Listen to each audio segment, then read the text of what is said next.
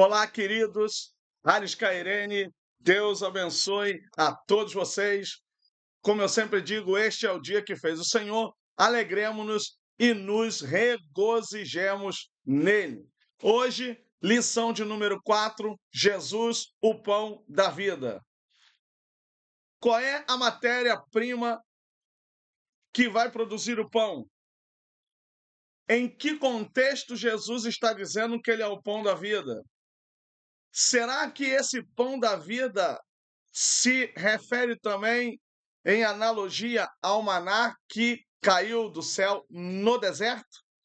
Essas perguntas nós vamos estar aqui falando, mas antes, curta, compartilhe, comenta, dá um like, e deixe o sininho lá ativo e conheça a nossa escola Dalet. Deus abençoe. Vamos que vamos, Jesus, o pão da vida. Leitura em classe, João 6, do 1 ao 14. Palavras-chave: Jesus, pão da vida, multidão e multiplicação. Introdução. A passagem em questão demonstra a real situação daqueles que seguiam a Jesus. O Evangelho de João cumpre verdadeiramente a missão de revelar uma cristologia de qualidade ao apresentar o Senhor com as mesmas características do Pai. Ele é o Eu Sou, com todas as qualidades de Deus Pai. Eu fiz essa ideia do Eu Sou aqui porque você tem lá no Antigo Testamento o Anirhu em Isaías, né? Eu sou ou eu sou ele, que vai dar essa ideia do que Jesus diz também. Alguns colocam lá em Êxodo, né? Erreiê, axé, erreiê. Eu sou o que sou. Mas a conotação pode ser maior com o livro do profeta Isaías. Primeira grande sessão, Jesus, a multidão e o milagre da multiplicação. A multiplicação de pães e peixes. O milagre da multiplicação dos pães e peixes, narrado nos evangelhos, revela aspectos profundos do ministério de Jesus. Após saber da morte de João Batista, Jesus se retirou para um lugar deserto, mas a multidão o seguiu, sedenta por sua palavra e por cura.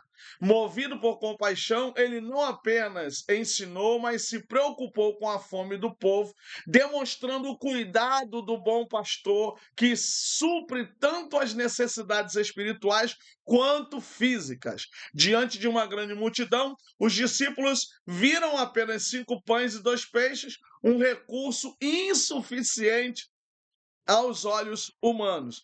É claro que essa multiplicação não só está em João e Mateus, está nos outros evangelhos também, e Jesus aqui demonstra o seu cuidado com a multidão. É claro que a gente vai ver que o propósito de uma parte da multidão não é a mesma. Por isso que, às vezes, a Bíblia traduz, ou a Bíblia usa até o termo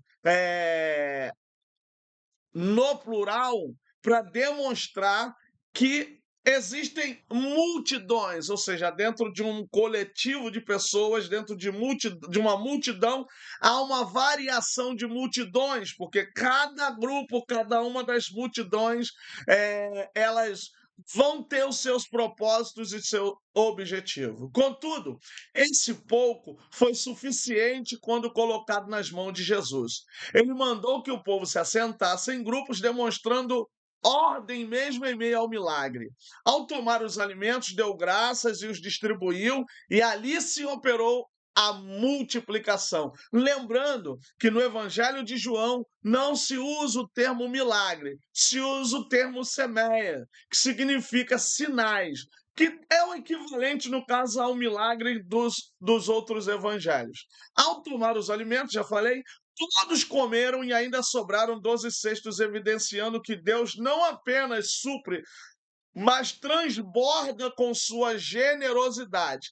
Esse episódio nos ensina que, mesmo com recursos limitados, se confiarmos em entregarmos a Jesus o que temos, ele é poderoso para multiplicar e realizar o impossível. Claro que a gente está fazendo aqui uma mescla entre os relatos da multiplicação, porque em cada evangelho a gente tem suas diferenças de multiplicação. Um vai ocultar uma coisa, o outro vai acrescentar mais. Então, cada autor é um autêntico autor, não copiador um do outro, mas cada um tem seus objetivos com as suas comunidades. E o Evangelho de João não é diferente. Então, o milagre, aqui, esse sinal da multiplicação, é algo que demonstra esse amor de Jesus, demonstra esse cuidado que Jesus tem com a multidão, independente dos seus desejos. Porque a gente lê em outras partes do Novo Testamento que Jesus, sabendo o pensamento deles, ou seja, Jesus conhecia a multidão, Jesus sabia o pensamento de uma parte dessa multidão quando Deus o revelava ou quando ele também desejava ter esse conhecimento. O milagre da multidão, porque é aqui a parte do milagre, a segunda sessão.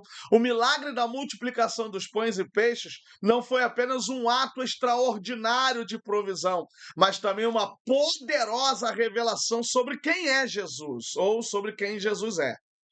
Ele não realizou esse sinal apenas para saciar a fome da multidão, mas para mostrar que ele é o verdadeiro pão do céu, o alimento que sustenta a vida de forma plena. Lembram que ele diz em outro texto, que lá na tentação, no caso, nem só de pão viverá o homem, mas de toda a palavra que sai da boca de Deus. Então, ao mesmo tempo, ele alimenta fisicamente e, ao mesmo tempo, ele demonstra que ele é o alimento que vem do céu, que ele é um alimento que sustenta de maneira plena. O milagre em si revela a natureza divina de Jesus. Então, ali a gente está vendo as duas naturezas: de um homem que se compadece, de um homem que sente o pesar, e de um Deus que tem misericórdia e que traz o alimento para todas as pessoas que estão ali. Com um simples gesto de gratidão e fé, ele rompe os limites naturais e manifesta o sobrenatural. Lembre-se, Jesus, antes de fazer o milagre, tomou o pão e dá graças a Deus. Ele agradece.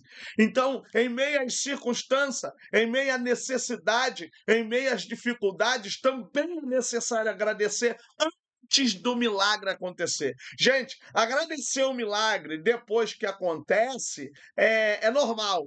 Agora, agradecer antes do milagre acontecer, isso é uma fé que transborda qualquer coisa. Isso é uma fé que transcende qualquer coisa. Então, por isso que Jesus, ele rompe, ele ultrapassa, ele transcende os limites naturais e ali ele se manifesta poderosamente. Enquanto os discípulos enxergavam escassez, né, enquanto eles estavam preocupados com quanto ia gastar, com quanto ia ser, Jesus via uma oportunidade para manifestar a glória de Deus. E aí todo mundo fica maravilhado, né? Todo mundo fica assustado, porque como 5 pães e 2 peixinhos, ou como vai alimentar uma multidão daquela?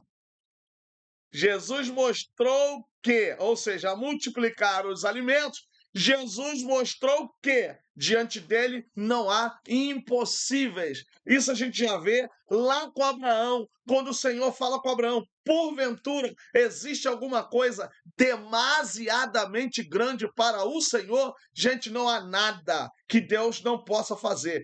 Deus é poderoso para fazer o que ele quiser, o que lhe apraz. Tudo o que acontecer dentro dos planos de Deus é segundo a sua vontade. E ele pode, e ele também, se quiser, não faz. Não porque ele não pode, mas porque ele não quer fazer por causa de sua vontade. Então Deus é muito poderoso, gente. Deus é muito poderoso. Nós estamos do lado certo. Nós estamos confiando na pessoa certa. Além disso, A maneira como ele envolveu os discípulos na distribuição revela que os milagres de Deus frequentemente contam com a nossa participação, a participação da fé. O milagre, portanto, não está apenas no que Jesus fez, mas também em como ele ensinou, envolveu e supriu. Ele não apenas alimentou corpos famintos, mas despertou fé em corações sedentos por algo maior. Então as pessoas são impulsionadas, os sinais são para isso também. No Evangelho de João, os sinais foram realizados para que as pessoas creiam. Está isso lá no últimos versículo lá. Essas coisas, pois, foram escritas para que creiais que Jesus é o Filho de Deus. E crendo nisso, tenhais a vida eterna. Então, a gente percebe que o que está no Evangelho de João, o que aconteceu no Evangelho de João, é para causar fé. E quando que o milagre ele tem uma participação da nossa parte, isso aqui nega, sabe? Aquela ideia que a gente vê às vezes na igreja, não, se você não tem fé, eu creio por você. Não, a pessoa que precisa do milagre, ela precisa ter fé. Eu tenho a minha fé, por isso eu oro, mas o milagre não é feito na minha vida, o milagre é feito em quem está precisando do milagre, e é a partir dessa pessoa que é necessário ter fé. É preciso que ela tenha fé. Existiram pessoas até que disseram: ajuda a minha incredulidade. Então, ajudar a incredulidade da pessoa é porque ela se acha incapaz de ser curada, mas ela tem ali uma fé que por isso fez ela aproximar até Jesus. É um ato de humildade, de simplicidade. E é isso que às vezes nós precisamos ter. Reconhecer realmente a nossa situação e a nossa posição diante de Deus.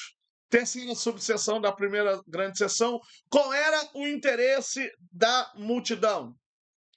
Embora muitos tenham seguido Jesus por causa de seus ensinamentos e milagres, isso é lógico, o Evangelho de João revela que parte daquela multidão estava motivada por interesses imediatos e terrenos. Se você olhar, pessoas que queriam um evangelho pragmático, assim como nós vivemos hoje num evangelho de pragmatismo, de um fast sabe?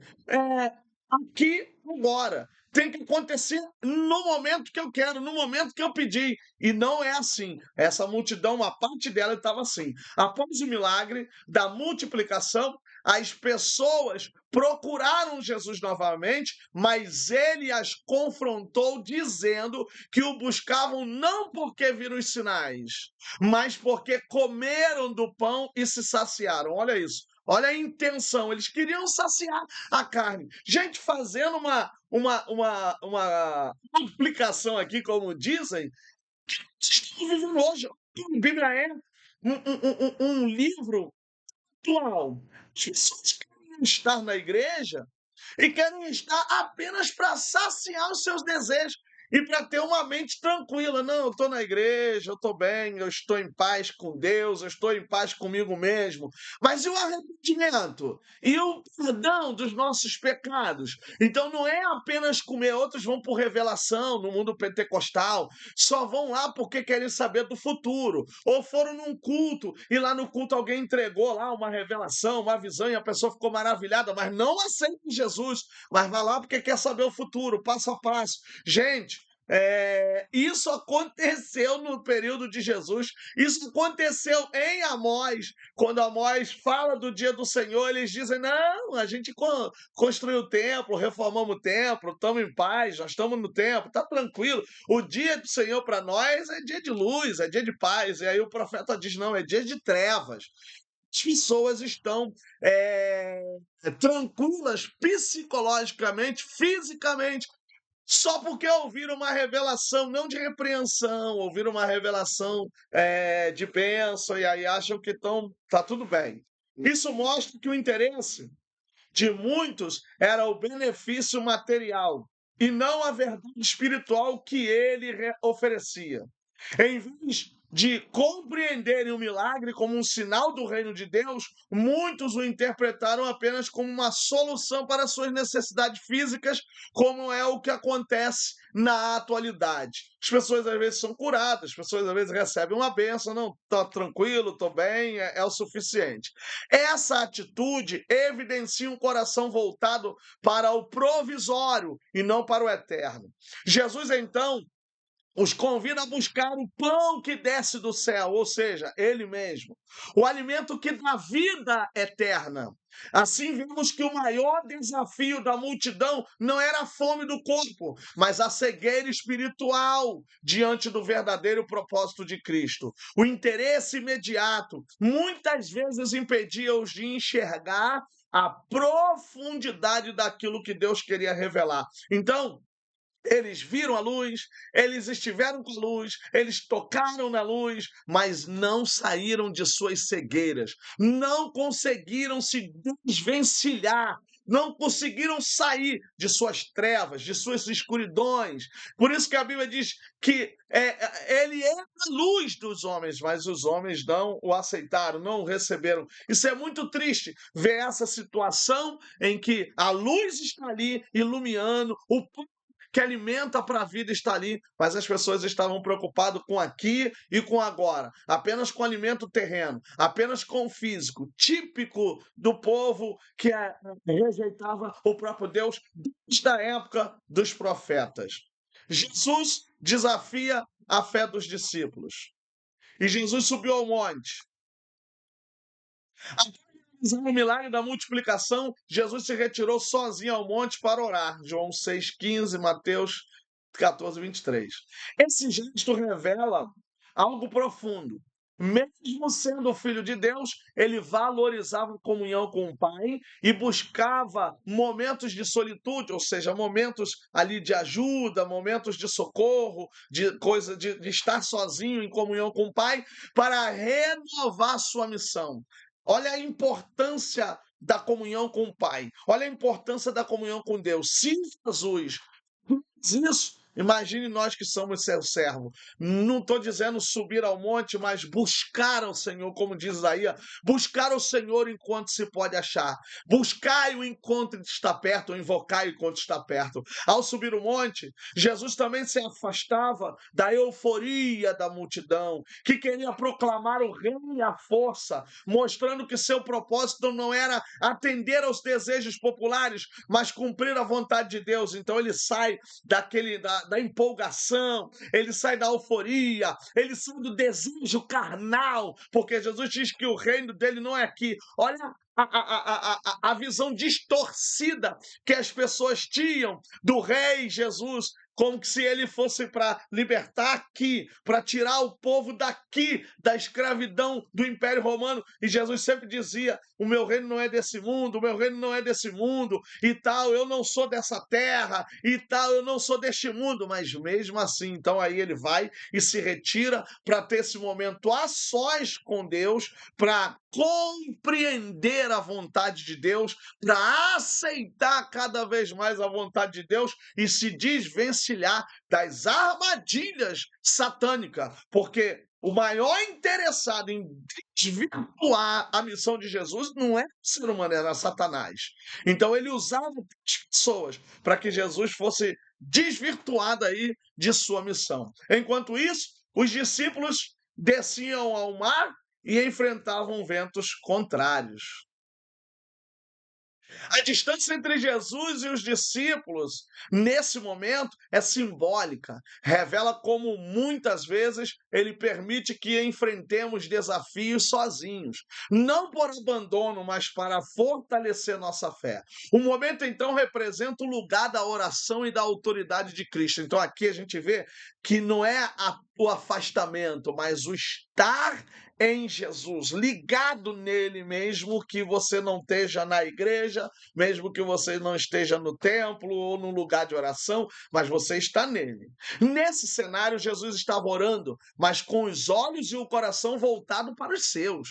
O silêncio e a ausência dele não significavam desprezo, mas um convite à confiança. Ao subir no monte, Jesus nos ensina que antes de grandes intervenções é necessário buscar intimidade com Deus e preparar-se espiritualmente para os desafios que virão. Então, a busca, o estar na presença de Deus, particularmente, vai nos ajudar a enfrentar, a encarar as adversidades, os problemas da vida, as circunstâncias. Antes de Jesus ser preso e ser crucificado, aonde Jesus estava? No monte, orando. Ele é preso no monte, ele sofre angústia no monte, mas ele está ali clamando, buscando ao Senhor. Então, aonde é o nosso monte? Aonde está o nosso monte? Aonde está o nosso local de oração? Então, o nosso local de oração, é claro que o nosso quarto é o melhor lugar para orar, né? Porque é onde a gente passa mais tempo no sentido de nós não estamos trabalhando, nós não estamos na rua, então é um lugar mais. É o lugar secreto, né? Seria assim falando simbolicamente. Mas o meu lugar de oração é sentado no banco no ônibus, é sentado no banco no metrô ou em pé, é dentro do carro, é no ônibus de viagem, é no avião, aonde for, aquele momento ali que a gente estiver orando é o momento de suplicarmos, de pedirmos a Deus as suas misericórdias, de mostrarmos dependência total do Senhor, porque é isso que nós somos e precisamos. Segunda subseção, o desafio para os discípulos. Os discípulos que haviam acabado de presenciar um grande milagre, agora eram confrontados com a necessidade de crer no poder de Jesus mesmo sem vê-lo. O desafio, portanto, era permanecer firmes na confiança de que o Mestre, ainda que longe aos olhos humanos, estava no controle. Eles estavam sendo treinados para confiar, não nas circunstâncias, mas na presença e no cuidado do Senhor, mesmo quando esse cuidado não era imediatamente perceptível. Esse episódio nos mostra que na caminhada com Cristo, milagre não elimina os desafios seguintes, mas serve de base para enfrentá-los com fé mais madura. Olha o que diz o apóstolo Paulo em Romanos capítulo 5, versículo 1 em diante. Sendo, pois, justificados pela fé, temos paz com Deus por meio de nosso Senhor e Salvador Jesus Cristo. E não somente isso, mas também nos gloriaremos na tribulação, porque a tribulação produz a paciência a experiência a esperança, a qual não traz confusão. Então observe, cada desafio não é para eliminar os outros desafios. Vou repetir: cada desafio superado através do milagre não vai eliminar desafios futuros. Ou seja, os desafios futuros serão enfrentados com maturidade, com mais perspectiva de fé, porque vai produzir esperança, vai produzir paciência, vai produzir diversas faculdades espirituais que vão nos auxiliar. Então, os milagres de cada um dos desafios, quantos desafios que nós passamos, sejam quais eles forem, a gente vai passando e vencendo e depois nós vamos entendendo o processo e é a partir daí que nós vamos ver que a gente vai crescendo espiritualmente. Os desafios, as dificuldades, as lutas não são para nos diminuir ou para nos derrotar, mas para nos fazer crescer. Por isso é fundamental ter fé em Jesus, permanecer firme nele, colocando os nossos olhos fixos nele para vencermos as adversidades. Uma lição de provisão. A multiplicação dos pães e peixes nos ensina uma profunda lição de provisão. Diante de uma multidão faminta e de recursos escassos, Eles estavam ali, numa terra árida, deserto, tal. Jesus demonstra que a verdadeira provisão não depende da quantidade que temos em mãos, mas da disposição de colocarmos tudo nas mãos dele. Gente, uma vez eu posso aqui contar um testemunho para vocês verem. Eu fiquei sem gás, gente. Não tinha dinheiro para ter o gás e o gás, mesmo assim, continuou funcionando até chegar o dinheiro. Quando chegou o dinheiro para comprar, o gás acabou. Mas também já aconteceu do gás acabar e eu orar, falar: Senhor, eu já ouvi tantos testemunhos, pessoas dizendo que o gás, quando acabou, conseguiu voltar. O gás também não voltou. Então a gente não pode aqui romantizar as coisas. Acabamos de ler um parágrafo em que eu falei que, embora o socorro, a providência não venha no momento, isso não significa que Deus deixou de ser provedor. Entende? Então nós vamos passar. Existem situações que, gente, pessoas vão nos ajudar. Existem situações que as pessoas vão nos ouvir, mas não vão nos ajudar. Existem pessoas que vão saber o que nós estamos passando e não vão estar nem aí para o que nós estamos passando. E existem situações em que nós vamos viver que ninguém irá nos ajudar. Não vai vir ninguém ao nosso socorro. E às vezes o próprio Deus impedirá de que essas pessoas venham nos socorrer para que a gente cresça, desenvolva. Ah, isso é impossível. Ah, não tem como compreender isso. Jesus disse para os discípulos: vocês não entendem agora, mas entenderão depois. Depois da ressurreição de Jesus, os discípulos entenderam tudo. Tudo foi aclarado para eles, compreenderam tudo. Então a gente agora pode até não compreender, sabe, a doença de um filho, a perda de um parente, de um ente querido. São coisas que não tem como a gente compreender.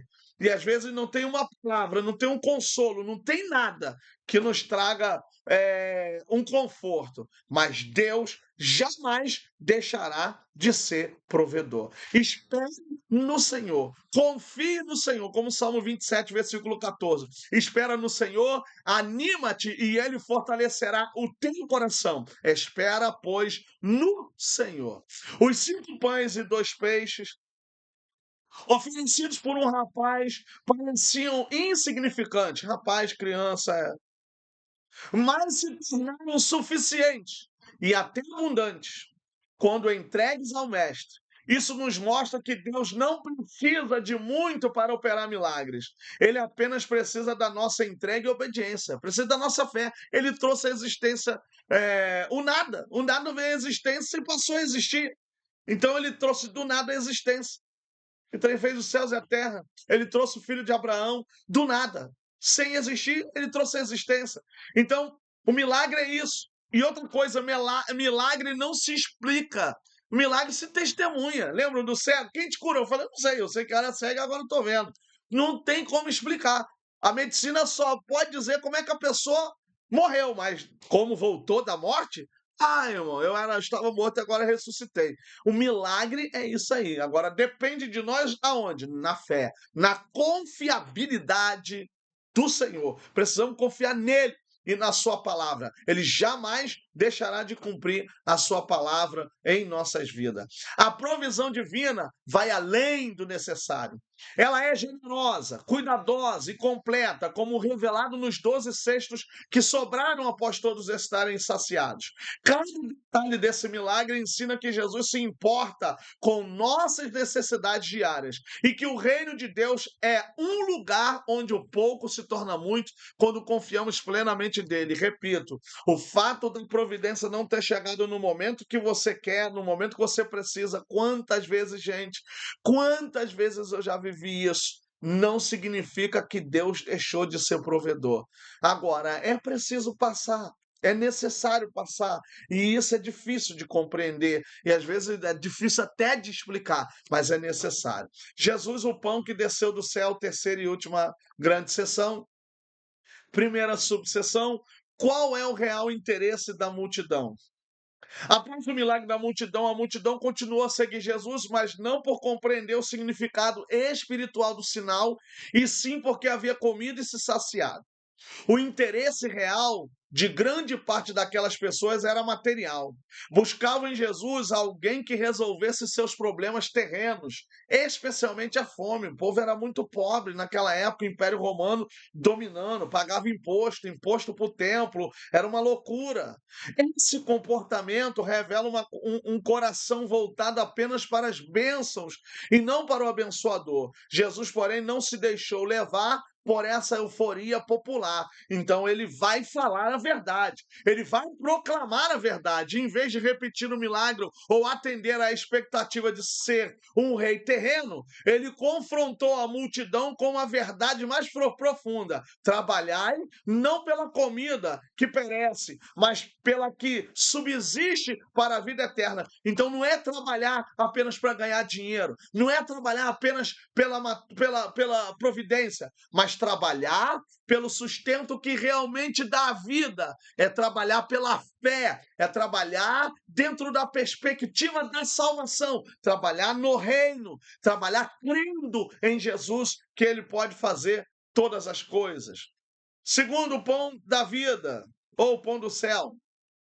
Não é preciso debater a respeito da identidade do pão do céu, pois trata-se do próprio Jesus. Isso aqui já está bem claro no próprio Evangelho de João. Nosso Senhor confirma a sua identidade divina quando diz: eu sou. No grego é ego eimi, eu sou.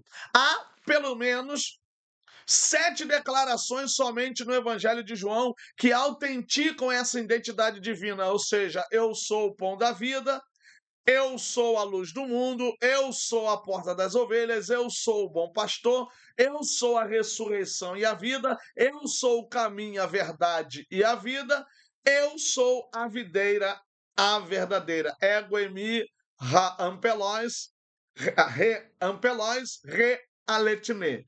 Ou seja, ele é a videira, a verdadeira. Essa estrutura do eu sou com alguma coisa, isso significa que Jesus, ele é Deus.